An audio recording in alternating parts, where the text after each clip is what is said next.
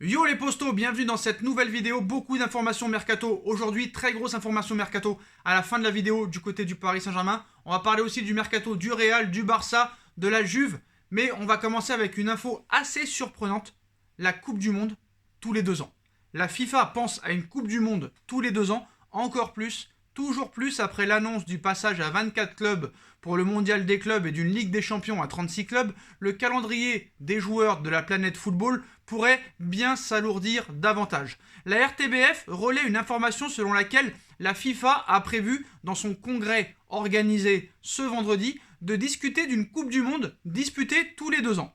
L'objectif est bien sûr de multiplier les matchs et donc de récolter encore plus d'argent grâce aux droits TV. Une telle décision, si elle venait à être votée un jour, poserait inévitablement des problèmes de calendrier, et quand on voit l'état physique des joueurs durant cette période spéciale où le rythme des matchs est élevé, on peut vraiment se poser la question. Bon, on sait très bien que depuis très longtemps maintenant, c'est que l'oseille qui domine le monde, encore plus le sport, encore plus le football. Rappelez-vous de l'idée farfelue de Pérez de faire cette Super League, ça a duré 2 jours. Franchement, moi, la Coupe du Monde des clubs, qu'elle soit à 16, à 32, à 46, c'est pas un problème pour moi, c'est la Coupe du Monde des clubs, ça peut être pas mal en soi. Mais la Coupe du Monde, tous les 2 ans, ça me pose problème parce que la Coupe du Monde, c'est une coupe sacrée, c'est la plus belle compétition de football, surtout en sélection, et c'est une fois tous les 4 ans. Il faut la laisser une fois tous les 4 ans et pas une fois tous les 2 ans. À la limite, tu fais une autre compétition peut-être, mais la Coupe du Monde doit rester une fois tous les 4 ans. La Coupe du Monde, c'est quelque chose de spécial, qu'on attend tous. C'est très dur de gagner, il faut la laisser tous les 4 ans. Trouvez autre chose pour faire du pognon, monsieur Infantino, s'il vous plaît. Parce que un coup c'est l'UEFA, un coup c'est plus l'UEFA, un coup c'est la FIFA. À un moment donné, stop, respectez un minimum le football quand même. On sait que c'est des joueurs qui sont payés des millions d'euros, ils sont capables de jouer beaucoup de matchs, mais là ça paraît trop. Voilà, ça paraît trop, surtout que la Coupe du Monde au Qatar en 2022 sera entre novembre et décembre, et pour trouver des dates de calendrier, franchement bonne chance.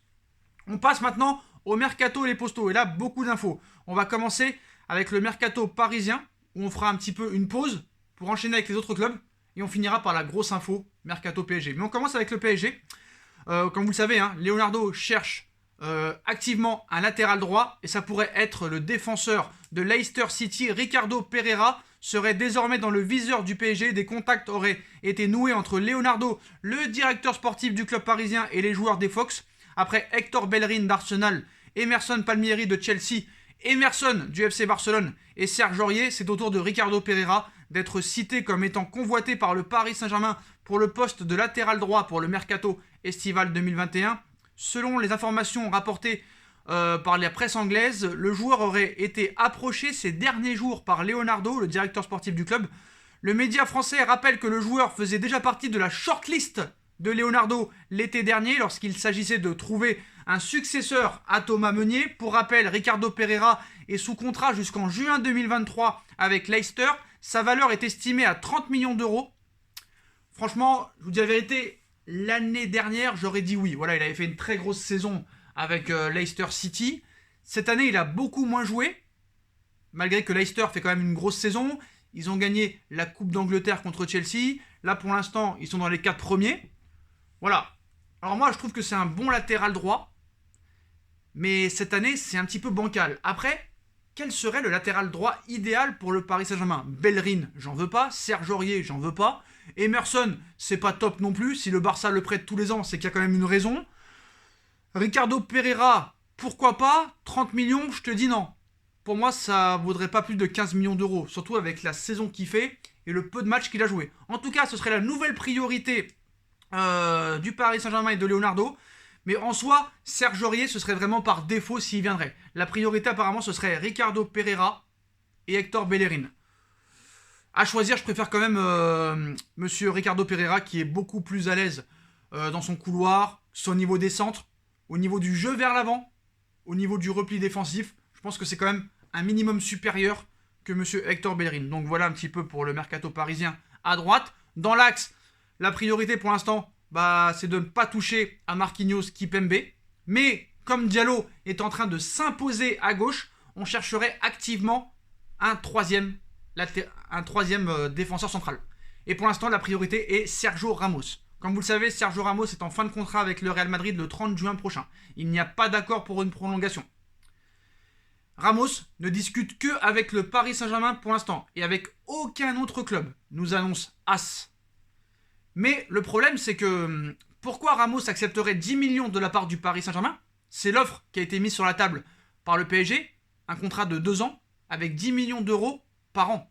Il a refusé ça au Real Madrid. Pourquoi il accepterait au Paris Saint-Germain? Je pose la question à As. En tout cas, vous savez mon avis, Ramos, pourquoi pas, pour faire la transition. On sait que Kipembe, Marquinhos ne pourront pas jouer tous les matchs de la saison. Il y aura des blessures, il y aura des suspensions.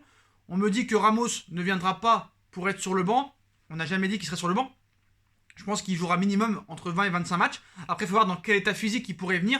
Mais en tout cas, on approche d'un transfert de Sergio Ramos au Paris Saint-Germain. Parce que s'il a refusé le Real Madrid depuis longtemps, je pense qu'il aurait prolongé depuis longtemps. Après, pourquoi il accepterait la même somme que lui propose Pérez à Paris et pas au Real? Ça, c'est notre question. Réponse dans quelques semaines, les postos.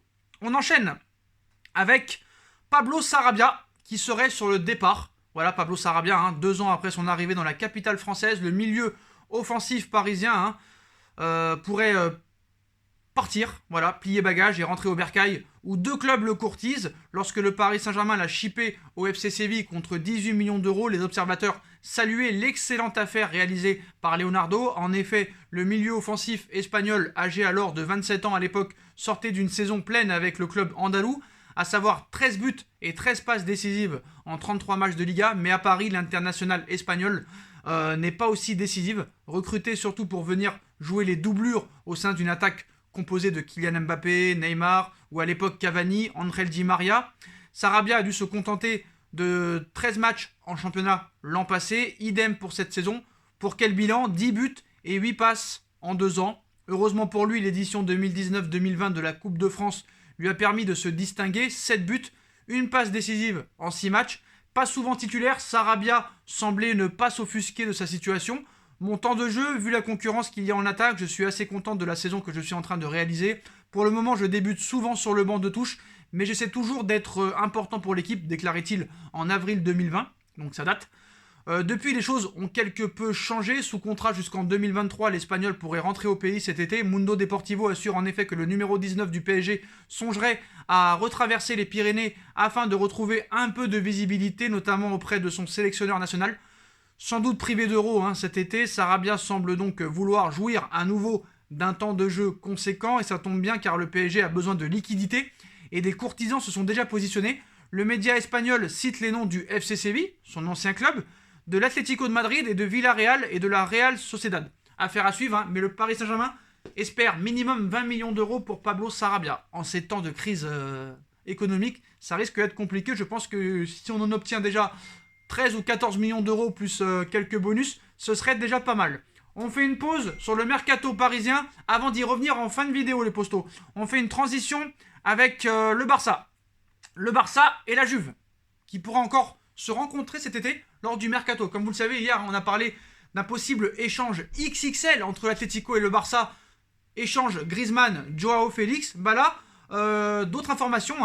Le futur d'Antoine Griezmann au FC Barcelone fait à nouveau les gros titres en Espagne. Lié au club catalan jusqu'en 2024, l'international français est à nouveau cité comme un joueur pouvant permettre au Barça d'encaisser un bon chèque cet été.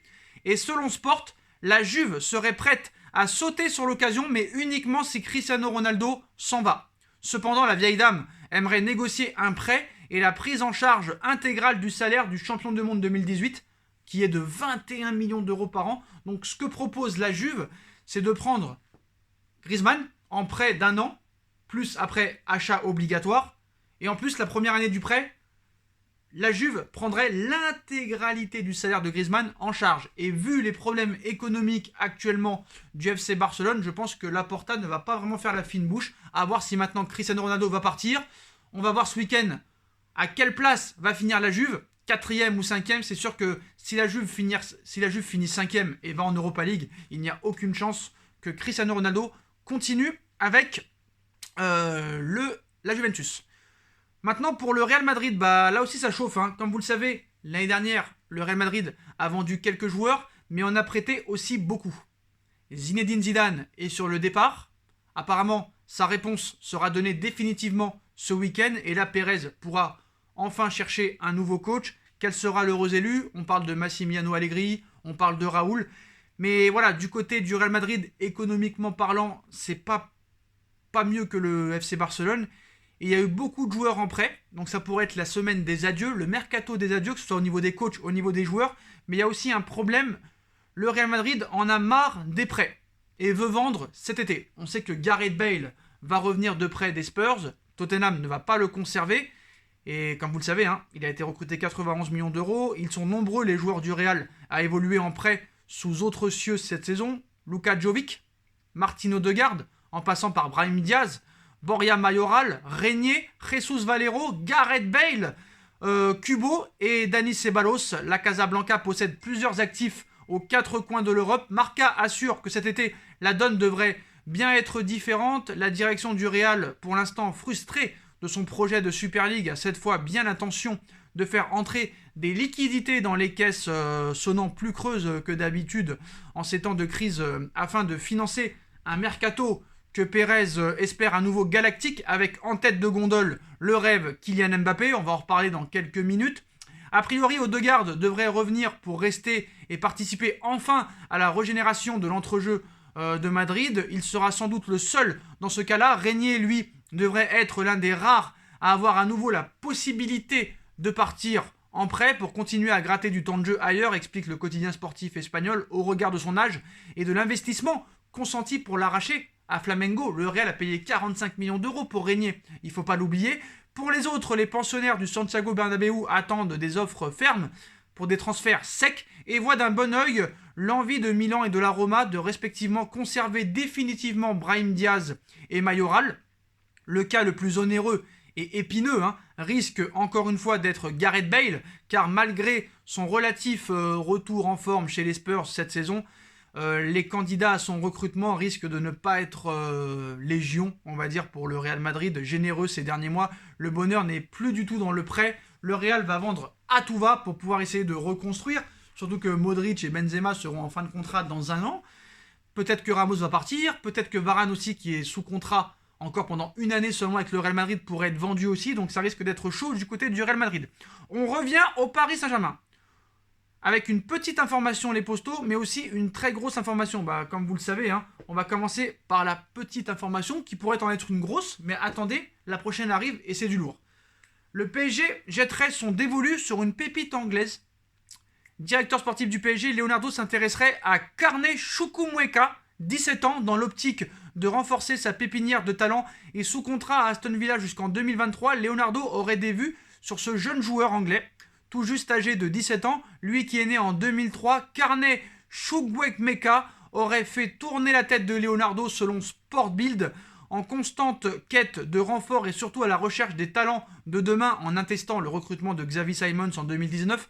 Le PSG pourrait réitérer la chose avec Chukwuemeka, désolé pour la prononciation, qui a effectué sa première apparition en Première Ligue avec Aston Villa mercredi face à Tottenham. D'après le média allemand, son transfert pourrait se boucler contre un chèque de 15 millions d'euros. Alors, j'ai un avis réel là-dessus. Xavi Simons, certes, est arrivé il y a 2 ans, mais gratuitement. Donc qu'il ne joue pas, déjà, c'est très grave, mais encore, ça va.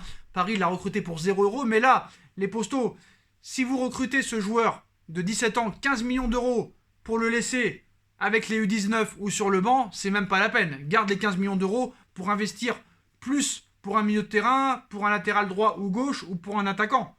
Mais pas pour un joueur qui va rester sur le banc de touche. Parce que ce sera encore 15 millions d'euros de perdus, les postos. Donc ça n'a aucun intérêt. Ce joueur, je ne le connais pas. On va se renseigner un petit peu là-dessus et voir vraiment ce qu'il vaut. Maintenant, la grosse information, les postos. Comme vous le savez, le dossier Mbappé est en suspens. On l'a vu encore après le match contre Monaco. Il a complètement botté en touche. Va-t-il partir cet été ?